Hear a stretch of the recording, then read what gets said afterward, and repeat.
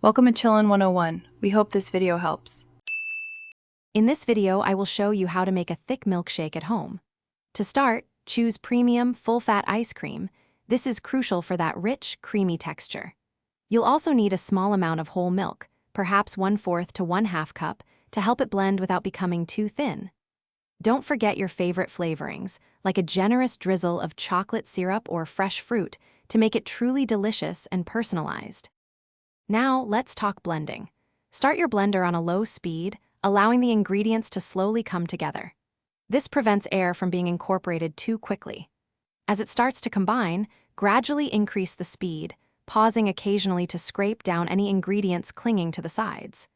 Blend just until it's smooth and creamy, but be careful not to overblend, as too much air can make your milkshake thin. For an extra thick milkshake, a few tricks can make all the difference. First, pop your serving glass into the freezer for at least 15 minutes before you start. This keeps your shake colder longer. You can also add a tablespoon of malt powder or half a frozen banana to the mix. These ingredients significantly boost density.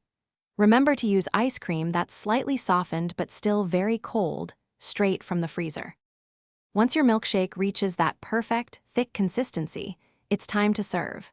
Immediately pour it into your pre-chilled glass to maintain its frosty goodness. For an extra special touch, consider garnishing it with a generous swirl of whipped cream, a sprinkle of colorful toppings, or even a bright red cherry. Don't wait too long. Enjoy your perfectly thick and incredibly delicious homemade milkshake right away for the best experience. Thanks for watching.